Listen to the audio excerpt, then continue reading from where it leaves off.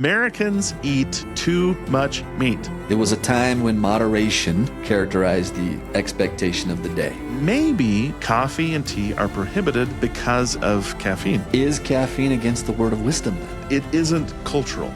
It's a revealed truth. She even advocated an interpretation strict enough to prohibit chocolate. I don't care if there's Coke on the outside as long as there's Coke on the inside. The word of wisdom is a rational system of health. It's not random. It's not outdated. God got there first, and now science is playing catch up. If it had been given as a commandment, it would have brought every man addicted to the use of these noxious things under condemnation. Hey, Scott. Hey, Casey. Great to be back, man. It's good to be back, and I'm excited because today we get to follow the word of wisdom into territory that I think a lot of members don't know very much about. It's kind of a forgotten era. And we're going to talk about some remarkable men, scientists who became apostles, and the fascinating and sometimes complicated story of how they tried to put the word of wisdom onto a scientific foundation. Yeah, and we're going to ask some honest questions about what happens when that approach runs into the messiness of life, because there's some poignant stories out there, and we're going to tell a couple today about those who live the word of wisdom and yet still face like health crises, right? Which raises questions that we think are worth sitting with. Yeah.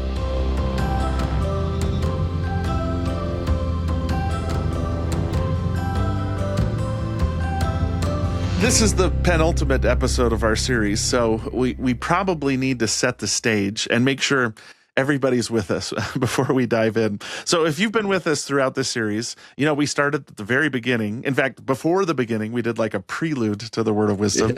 Yeah. What led up to Joseph Smith receiving the original revelation in 1833. And we traced the life of the word of wisdom across the 19th century and into the 20th. And today we're finishing the historical journey. And our next episode, we're going to do something different and evaluate the word of wisdom do's and don'ts against the best science of 2026. So stay tuned for that. That's next week. Yeah, and to get here, we've covered what the word of wisdom looked like in Joseph Smith's day, which was, I think if we could summarize it in one sentence, it was a time when moderation rather than total abstinence characterized the expectation of the day, right? And to be clear, in Joseph Smith's day, there was nothing like a temple recommend expectation of strict obedience in observing the word of wisdom.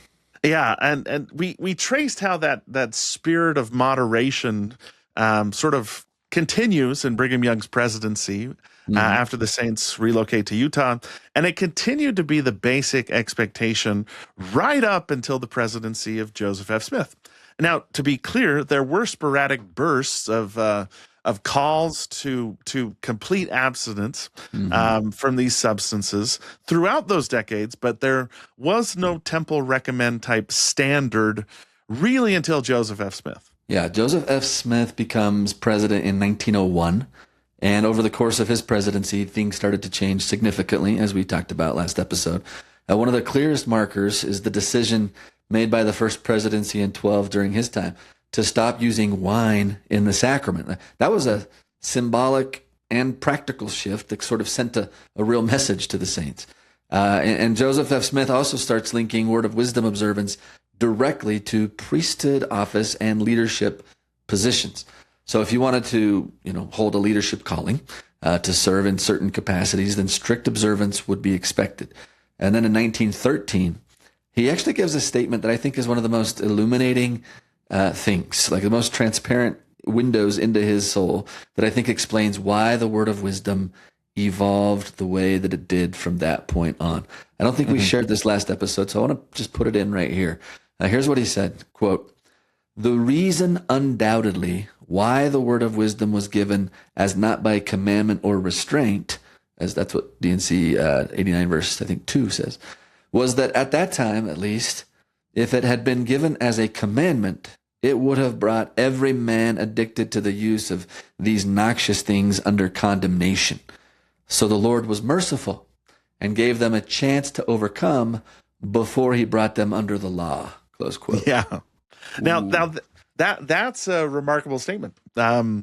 Because Joseph F. Smith is really doing two things here. He's explaining the past, why the revelation was given in gentle and non-coercive terms, but he's firmly reframing it for the present. We are, he is saying, now under a law. The grace period, in a sense, is over.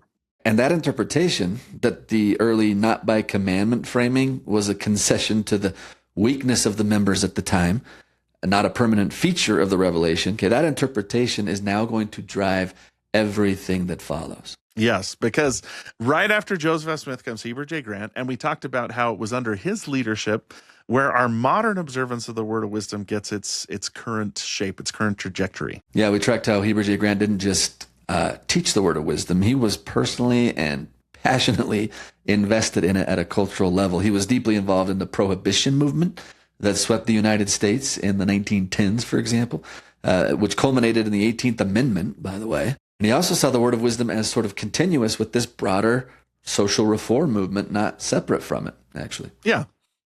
And it's under his presidency that the word of wisdom becomes officially, like we mean in the church handbook, kind of official, linked to temple worthiness. If you want to go to the temple, you need to be living the word of wisdom strictly. And that standard has persisted to the present day. And I think it's worth repeating, too, that even when prohibition was repealed by the 21st Amendment in 1933, there were probably members who wondered whether the church might soften its position. But President Grant's answer essentially was, no, the word of wisdom stands on its own. It doesn't depend on American law to validate it. Yeah, which is a really strong and independent position. What he's essentially saying is that it isn't cultural. It's a revealed truth. And that position has held since that time. Yeah. So in roughly 3 decades, from 1901 to the early 1930s, the church went from encouraged obedience to another level of strict enforcement, right? From no temple standard to a very clear one. And that's a significant shift. And it sets the stage for what we think is one of the most fascinating chapters in the Word of Wisdom's history. Yeah. The scientific era. And I'm going to add here really quick. We were going to skip over this because we've been using Paul Peterson's research, and he just kind of stops with Heber J. Grant.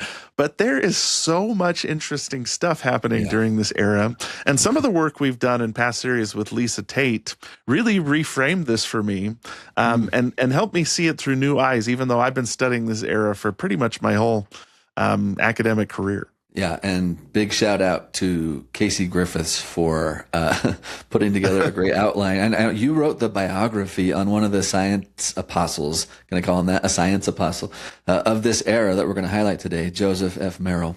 And so you have done significantly deep research in this era, Casey. So we're going to draw from that today. And thank you. Big shout out. And I want to give a shout out, too, to another great scholar, Alan Parrish. Alan Parrish was my thesis chair, and he wrote the biography of John A. Widtsoe, which is 700 pages long, and it's doubtful anything better than this is ever going to be written on John A. Widtsoe. It is comprehensive, and so I don't know if Alan's listening or not. He's long since retired, but just an acknowledgement of the good work he did, because Widtsoe is the towering figure of the word of wisdom during this era. He's the mover and shaker outside of Heber J. Grant, who obviously, as a president of the church, has a big impact. But Widtsoe is the driver behind the scientific era of the word of wisdom, I would say. Yeah. Okay. So let's frame this. So here's something we need to understand about the 1930s and 40s in the church.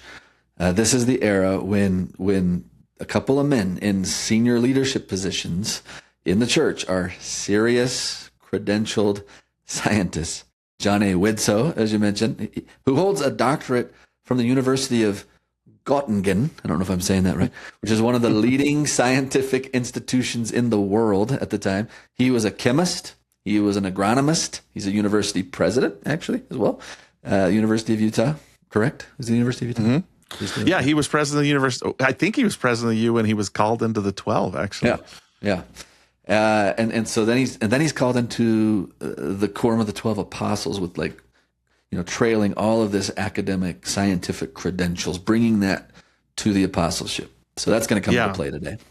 Yeah. So I mean, all of this is remarkable in and of itself. And even if John A. Widtsoe had never become an apostle, he would be a remarkable figure. But really, Elder Widtsoe, along with his wife Leah, who we should point out is the daughter of Susa Young Gates, who we've mentioned a lot on this podcast, granddaughter of Brigham Young, they write what becomes in many ways the defining interpretation of the Word of Wisdom for that generation. I've got the book right here. I'm going to put it up at the camera.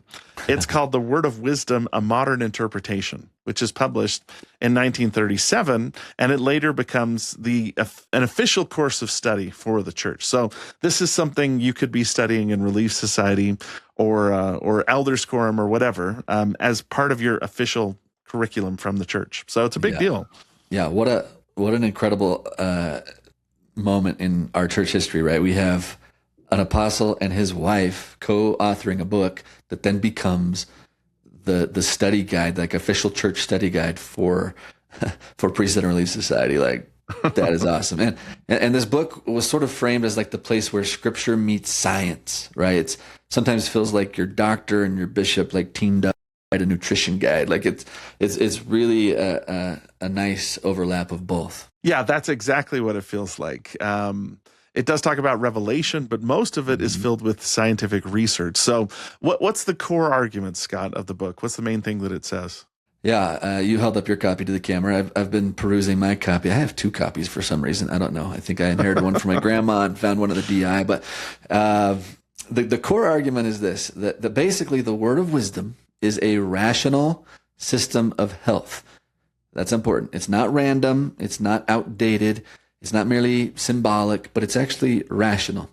So the Widtsoes argue that it actually lines up with the best scientific understanding available in their day.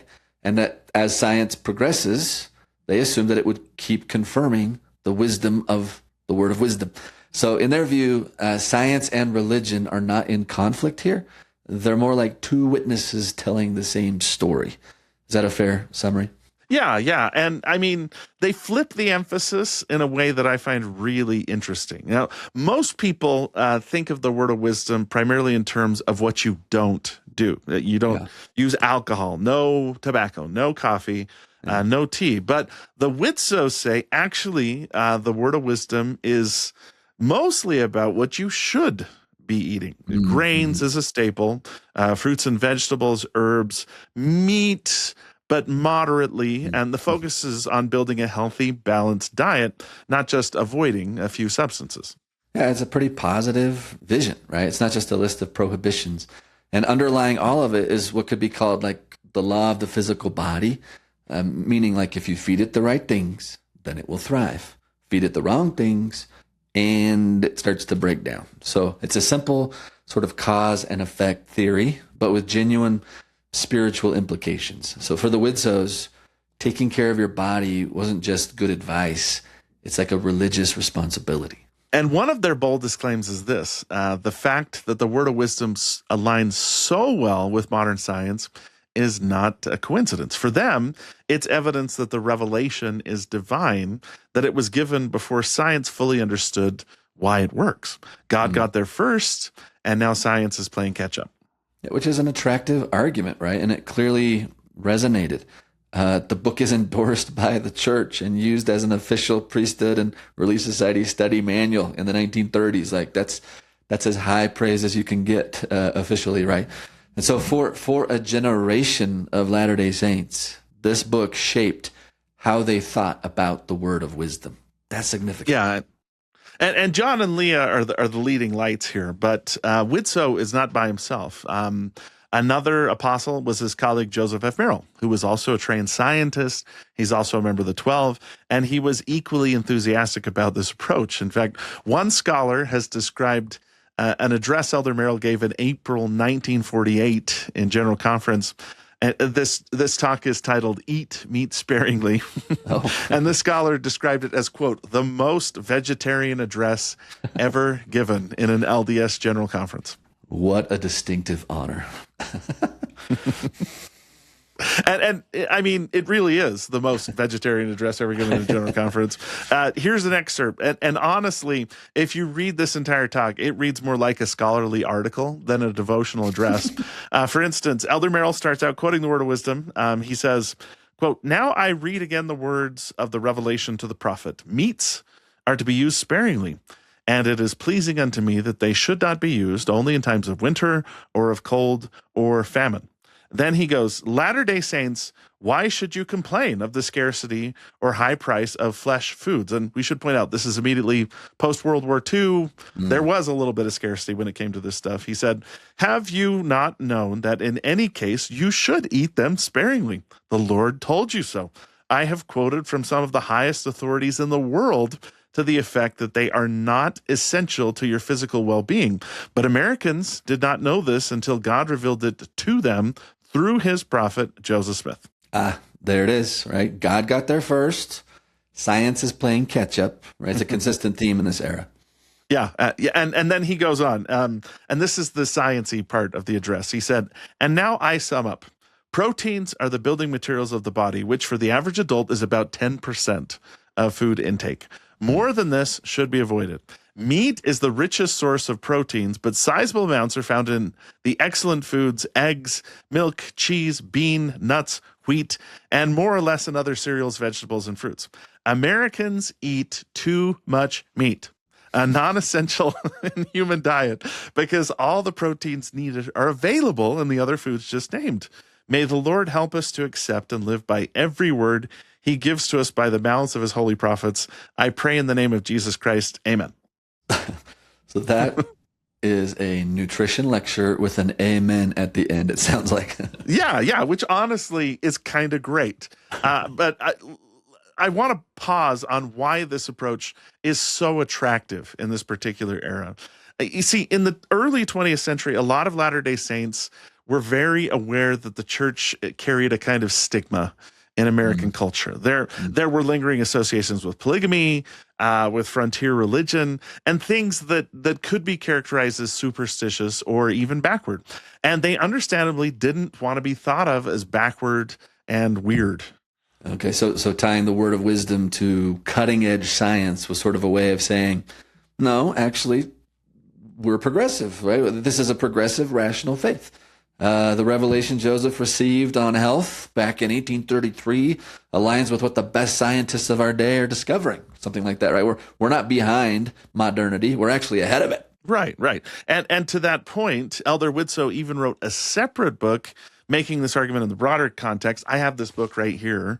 It's called Joseph Smith as Scientist. And it has a chapter on the word of wisdom that is very much the outline for the later book that he's going to write with Leah. But it just traces all the ways that Joseph Smith's revelations anticipated modern scientific understanding. And what's so fascinating about this period is the sort of genuine intellectual excitement behind Joseph's revelations, right? These are not men that are cynically sort of trying to dress up religion in scientific clothes for public relations purposes. Like Elders Widtsoe and Merrill and many others genuinely believed that Joseph's revelations had scientific backing, right? They were excited about it. They saw it as evidence of Joseph Smith's prophetic calling. Yeah, and just to back up your point that they're sincere, like I have read every page of Joseph F. Merrill's journal, and he would note what he ate for dinner every day. And it's not like scintillating reading sometimes, Scott, but you can tell like a genuine decades-long effort to follow the counsel of the word of wisdom, where he's noting things like, I ate beans for dinner, and he's eating meat sparingly, and he's trying to follow this, which makes maybe some of the things that happens to him all the more poignant. Yeah, because life, as we know, is complicated, right? Yeah. So talking about Elder Merrill, here's the backstory, all right? Joseph Merrill marries this remarkable woman named Annie Laura Hyde. She's the granddaughter of John Taylor and original apostle Orson Hyde. And she's amazing. She's just an incredible lady. She goes by the name Laura, by the way, not Annie. But Laura is diagnosed with cancer. after they'd been married for around 20 years and started their family. And Elder Merrill, true to his scientific training, sought every treatment available. He used his connections in the scientific community to secure radium and X-ray treatments, which was fairly radical in the early 20th century.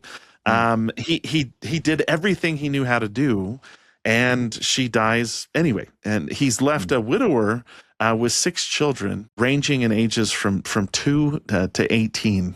And when she died, he wrote something in his journal in 1923 that is heartbreaking in retrospect.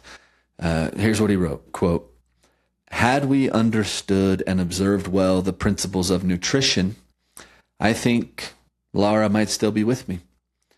She was taken away by a malady born of ignorance, a preventable malady, I truly believe," close quote. Yeah, now think about that. He's grieving and he's looking for an explanation. And the explanation he reaches for is, if we had known more about nutrition, and if we had lived the word of wisdom more fully, she might still be here. And then he writes, "To the best of my knowledge, I am now trying to teach the principles of nutrition to my family." He made a promise to himself. From that point on, that's what he's going to do. And he kept it, by the way, for decades. He not only preached the word of wisdom and nutrition to his family, he actually goes on to build his entire pastoral and scientific identity around the conviction that this revelation in D&C 89 held the keys to physical well-being. And then in the final years of his life, another tragedy strikes. So his youngest daughter, this is the 2-year-old when his wife passes away, who's also named Laura, she's named after her mother, came to live with him. She came to live with him to kind of take care of him in his older years. And then, unfortunately, she's diagnosed with cancer, the same kind of cancer that took her mother. Same disease, different Laura. Yeah, and he immediately puts into action everything that he'd promised himself he would do.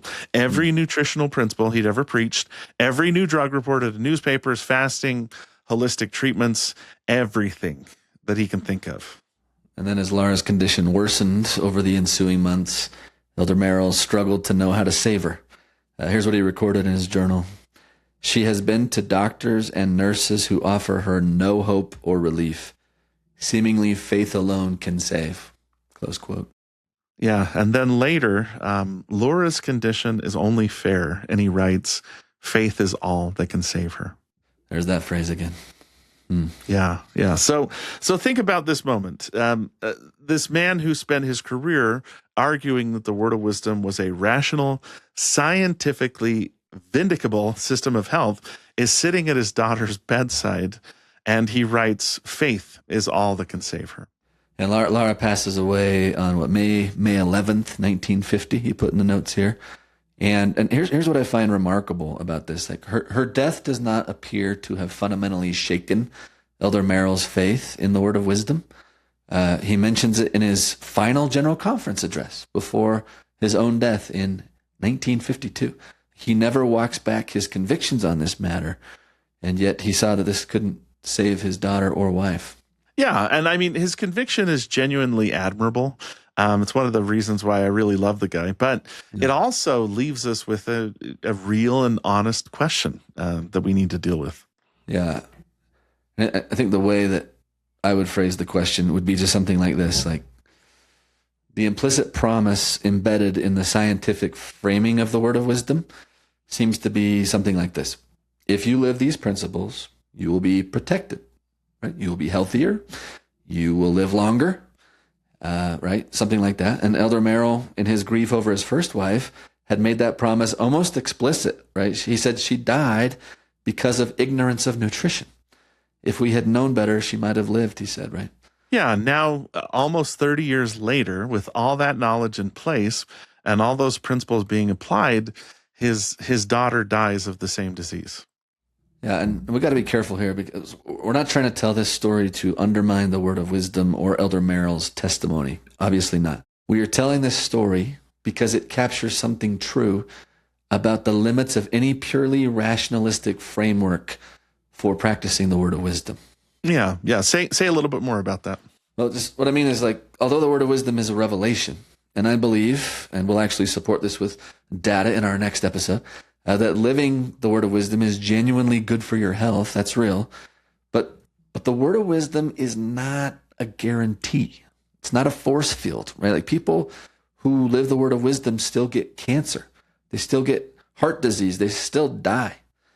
And so when your entire framework for living the word of wisdom rests on the sole premise that science is vindicating it as the path to physical health, like if you do that, that can set up a possible faith dilemma, right? Like when a faithful member of the 12 who preached and lived these very principles watches two women who he loved die of cancer, like that's a faith challenge. Now, Elder Merrill, to be clear, he weathered that storm of faith really, really well. But others don't always do so well. So it kind of raises some questions.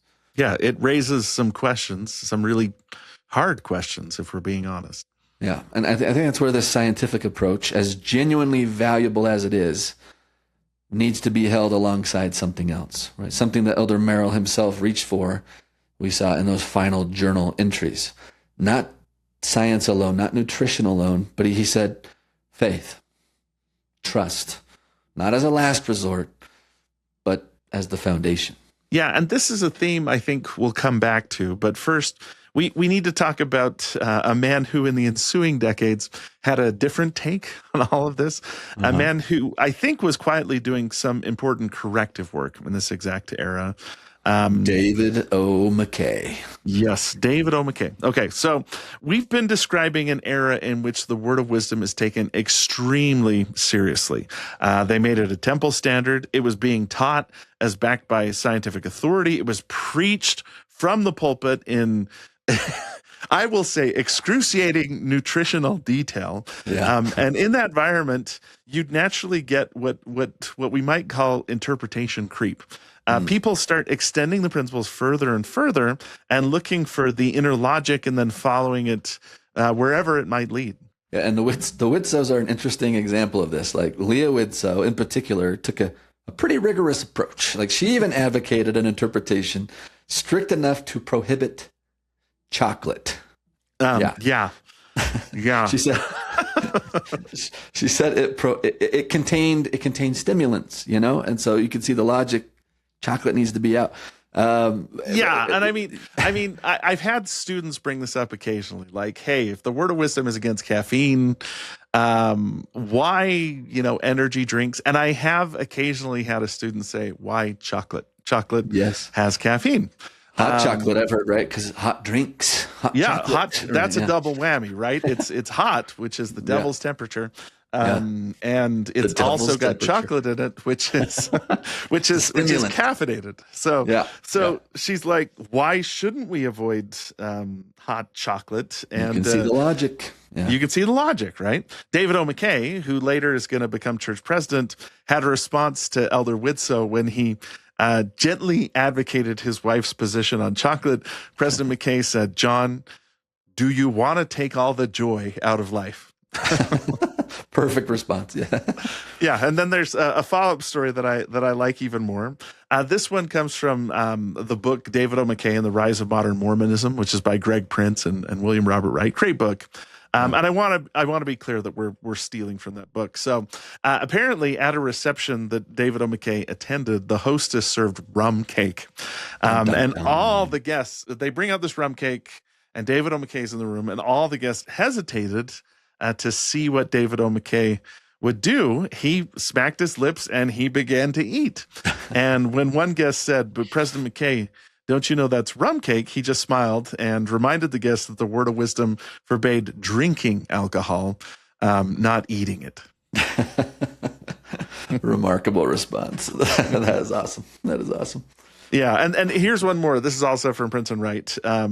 They said as David O McKay got older, his hearing wasn't very good, and he went and attended this theater.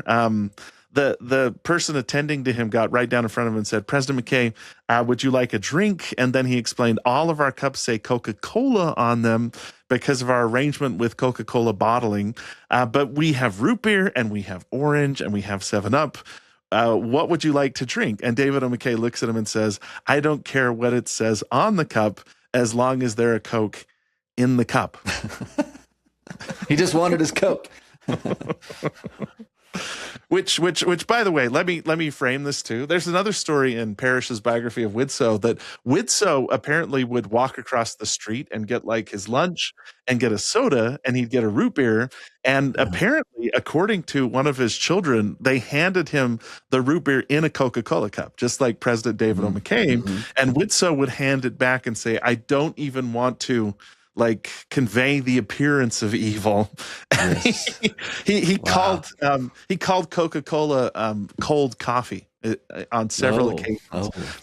That's a line that Widtsoe wasn't willing to cross. He wasn't willing to even drink from a cup that had Coca-Cola on the outside, let alone, like David O McKay, drink from something that was on the inside. And the point here. So President McKay says, "I don't care what it says on the outside of the cup as long as there's Coke inside the cup." Yeah. I don't care if there's Coke on the outside as long as there's Coke on the inside. And his point is refreshingly clear. It's just don't get so hung up on the letter of the law that you squeeze all the spirit out of life. Yeah. I think what's really significant about President McKay's perceptive approach here is that it's not permissiveness, right? It's not word of wisdom doesn't really matter. I think he's pushing toward the spirit of the revelation, right? Toward what God actually said, rather than an ever expanding set of cultural prohibitions that had started to grow up around it. He's kind of doing what we could call editorial work, maybe, right? He's pulling the tradition back towards its source, right?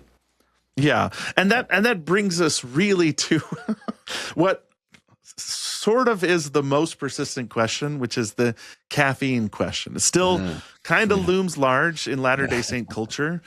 Caffeine discussions are a direct product of this same interpretive dynamic that we've been describing.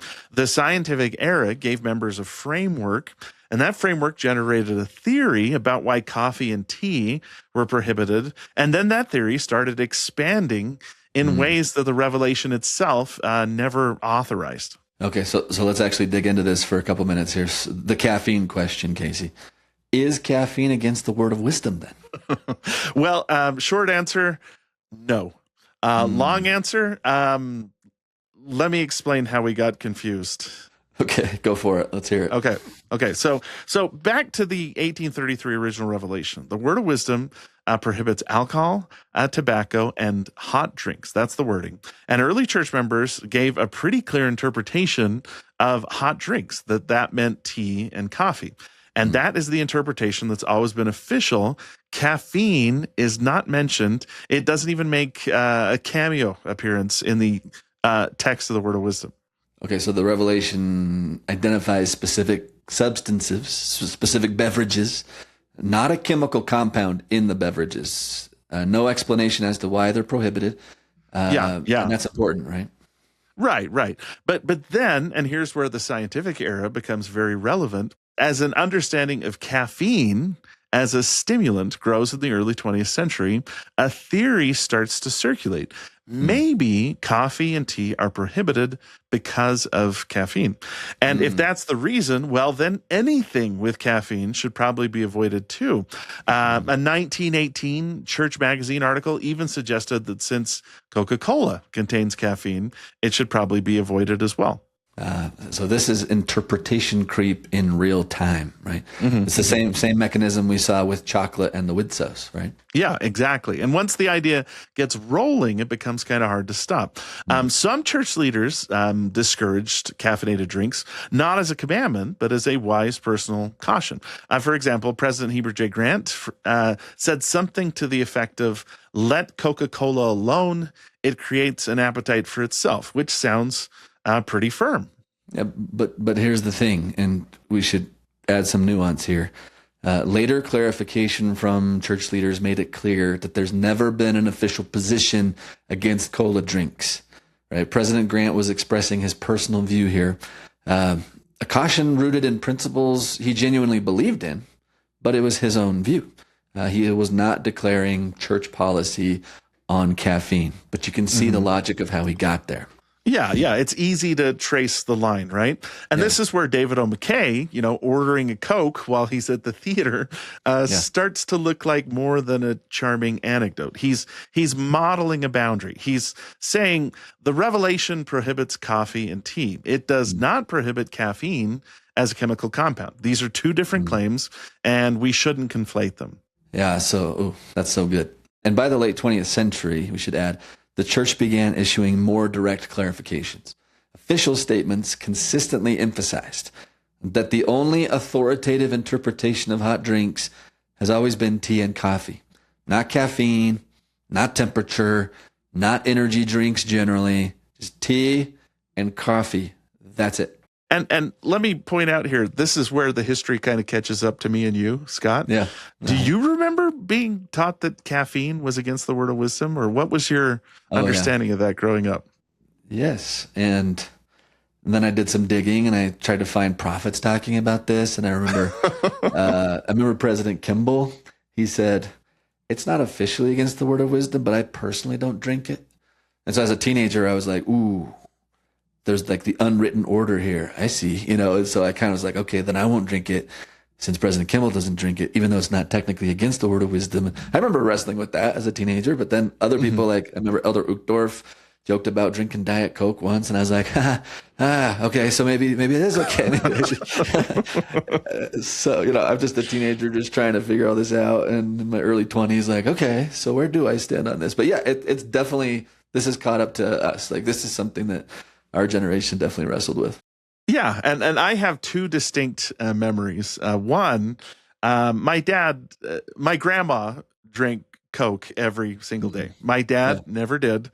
My mom consistently goes to get a Diet Coke on almost a daily basis, and my sister, I've never really picked up on that habit. And so I kind of grew up like, you know what? My mom is a totally faithful, active member of the church, but she doesn't have any problem with Diet Coke. I came to BYU, and the dean here, Brent Top, I hope I'm not putting him, but the guy always had a Diet Coke, and I went on a trip with him, and he was like, we need to stop. And I was like, oh, do you have to go to the bathroom? He's like, no, I just need a Diet Coke. And then the other memory that comes to mind is one of my seminary teachers was having a discussion on the word of wisdom, and it seemed like he was so exasperated with the question of caffeine that he prefaced it by saying, we are going to have a caffeine-free discussion on the word of wisdom. So he literally just said, we're going to talk about this, but I don't want to bring up caffeine. We're going to cover everything about the word of wisdom except caffeine, because he was so sick of trying to answer the question. And I think he sort of felt like maybe it was lose-lose. Like if he said it was okay, there would be students that would be offended. If he said it wasn't okay, there would be students that would be offended. So he was like, let's just talk about the word of wisdom and leave that off. I remember just a funny moment walking up the stairs in the Joseph Smith building at BYU when I was teaching down there with you. Yeah. One of our colleagues, Mike McKay, he had a Coke in his hand, and I was like, hey, nice drink. He's like, yeah, I'm on my way to teach about the word of wisdom in my class, so I always bring a Coke when I teach about this, just to create a little tension in the air. So, well, and let's acknowledge that tension, because while church leaders are making official statements that caffeine isn't against the word of wisdom. You couldn't get a caffeinated beverage on BYU campus. BYU is the only place I have ever seen caffeine-free Mountain Dew and caffeine-free Dr. Pepper, and you name it. We had it. So it kind of seemed like a unwritten order, like a mixed message. Like here at the official church school, you can't get a caffeinated beverage, but caffeine's not really against the word of wisdom. Yeah, it's like we're kind of being jerked in two directions here. Yeah. And it seems like this kind of comes to a head in 2012 during Mitt Romney's presidential campaign. There was a fair amount of confusion in the media about what Latter-day Saints actually believed about caffeine. Let me contextualize this a little bit further. They did like an entire hour, this news program. By the way, tons of good stuff there. Where they interviewed a bunch of church members, and I think it was Abby Huntsman, who I don't even know if she was an active member at the time, said that caffeine was against the word of wisdom. And that made big big news. In fact, the church's newsroom issued a clarification that has since been widely cited. It stated this. It stated that the Word of Wisdom, quote, does not mention the use of caffeine, and specified that the church's health guidelines prohibit alcoholic drinks, smoking or chewing of tobacco, and hot drinks taught by church leaders to refer specifically to tea and coffee. No mention of caffeine. That is a extra canonical interpretation, if you will. Let's add one more thing too. And then a couple years after that, I think it was 2017, BYU did start selling caffeinated beverages. And I remember seeing a number of religion professors, and we've already named too many in this discussion, Scott, outside of the Joseph Smith building celebrating with their Diet Coke. Like, I remember that day. It's one of those, so where were you when this happened kind of moments. That's funny. And didn't BYU Idaho, when did BYU Idaho actually? Yeah, and then BYUI they added it, I want to say, I don't know, don't quote me, 5-ish years ago, maybe. Okay. So even more recently than BYU Provo, yeah.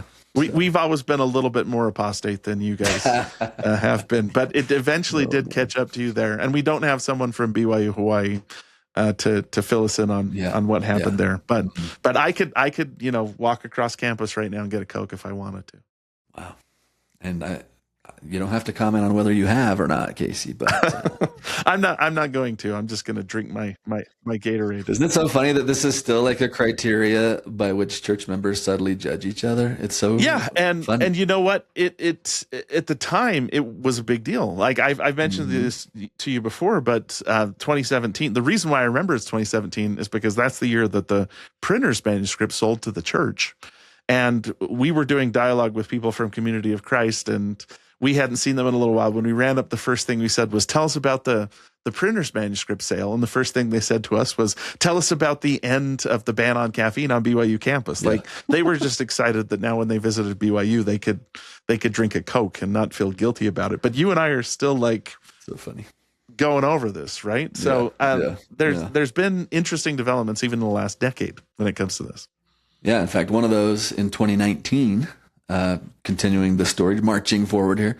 In 2019, the church issues a further clarifying statement, adding some additional specificity, actually, because other things have cropped up in our culture that seem to be word of wisdom adjacent, right? And so things like vaping, not specifically mentioned in the word of wisdom, e-cigarettes, green tea. What about coffee-based products? And this clarifying statement in 2019 says those are also prohibited by the word of wisdom. The substances such as marijuana, opioids should only be used for medicinal purposes as prescribed by a physician.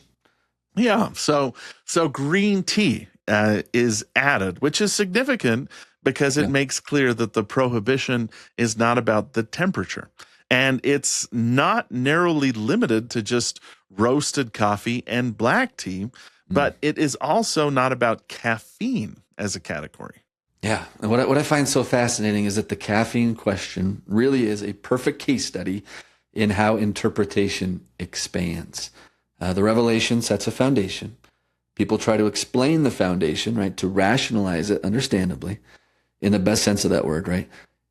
And then the explanation generates its own logic, and then that logic starts to expand well beyond what the revelation itself actually says. And then eventually there's need for a correction, right? Yeah. And the correction always is go back to what was actually revealed. Hot drinks means tea and coffee. Caffeine is not mentioned. The prohibition is on specific substances, and over time, substances clearly in the spirit of those prohibitions, like vaping or green tea, not on a specific chemical compound. And at the same time, and I think this is worth saying clearly, the broader principle that Elders Widtsoe and Merrill were reaching for is still a sound principle. Right? The word of wisdom is about caring for your body. It is about avoiding harmful and addictive substances and practicing wisdom and self-control. That principle is real and it matters. Caffeine isn't forbidden, but that doesn't mean members shouldn't think carefully about their habits or their health, their dependencies, right? Any sort of addictive type of tendencies. That's wisdom, right? That's the spirit of the revelation. It just isn't the specific commandment. And so that's important. Right. Yeah, these are two different things, and keeping them distinct actually honors both of them. So, Yeah. Scott, let's pull back and ask the big question. What does this mean for us today? I've been thinking about this a lot as we prepared for this episode, Casey, and I keep coming back to Elder Merrill at his daughter's bedside. Yeah, me too. Because here's a man who, in so many ways, is so genuinely admirable. Right? He's brilliant. He's faithful. He's trying to help people live better lives. And his approach to the word of wisdom, tying it to science, arguing that modern research vindicated it, that approach has real value. It's not wrong to notice that the word of wisdom aligns with good nutritional science in many ways. It's not wrong to say that living it supports long-term health. Those things are true, and we'll talk more about that again in our last episode next week. Mm-hmm. Okay, but I sense a but coming here. Yeah. But when that becomes the primary framework, when the main reason I live the word of wisdom is because science tells me it'll keep me healthy, I think at that point I've subtly shifted the foundation, right? And that shift becomes visible in moments of crisis. Because if the foundation is I live this because it keeps me healthy, then when somebody lives it faithfully and still gets cancer or still dies young, then that foundation begins to crack. Does that make sense?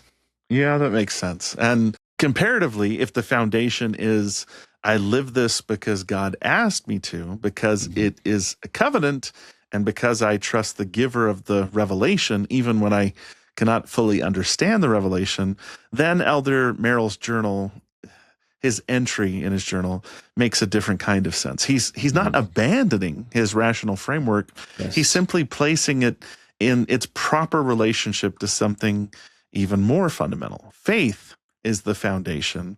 It's not the fallback. Yeah, I love that. Yeah, what was his line in his journal? Faith alone now can save her. Faith alone can save her. Yeah. Yeah. So this brilliant scientist, that's what he ends on, is that, right? And I think that actually honors the revelation more deeply than a purely rationalistic approach does. And I'm prone to purely rationalistic approaches as much as the next man, Casey, but I think there's something sweet and beautiful about how Elder Merrill ends there. Because the revelation itself is not a purely rationalistic document. It's framed, especially the last verses, as we'll look at next time, it's framed in a covenantal language. It comes with promises, right? Some physical, yes, but also some spiritual. The promise of wisdom, of hidden treasures of knowledge, being able to run and not be weary and walk and not faint. You see the blend there? Yeah. And those promises are not a guarantee of perfect health. They're promises of divine companionship, of being in a covenantal relationship with God, with a God who cares about your body and your spirit together. Yeah.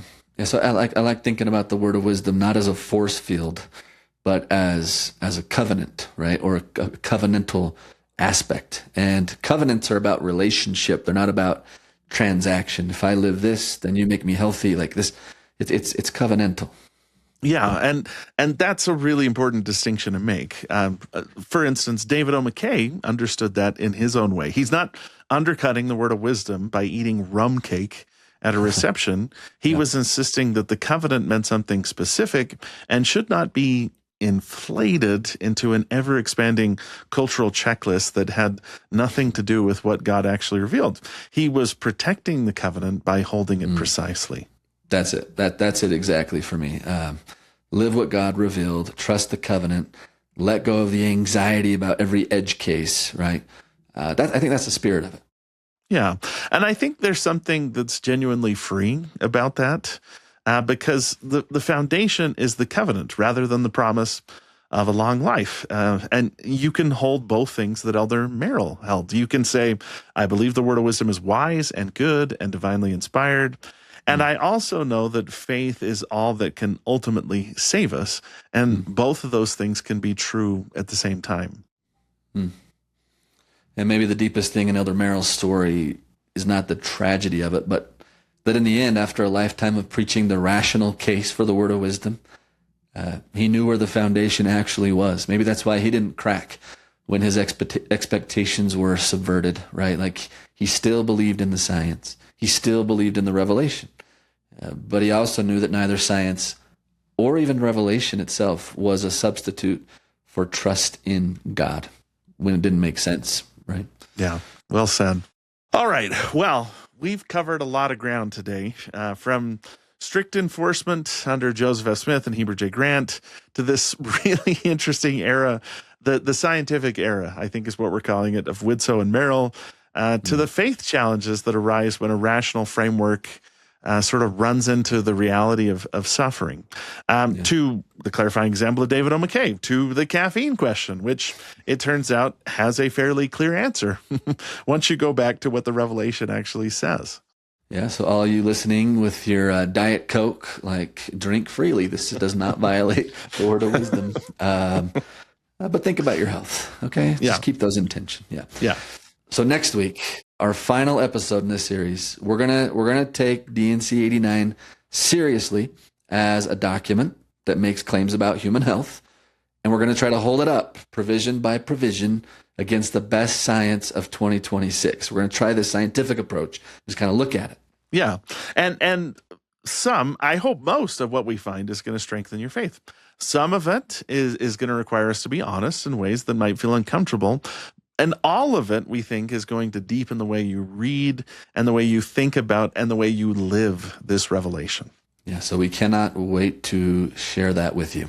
And in the meantime, just thanks for being on this journey with us. The history of the Word of Wisdom is one of the most human stories in all of church history. It's a story about how people try to live a revelation. They don't fully understand, make mistakes, correct course, but keep going, which is honestly a pretty good description of discipleship in general. Yeah. Amen. Well, thank you, Casey. This has been fun so far, and look forward to our final episode, my friend. Okay. I'll see you then. All right. See you next time.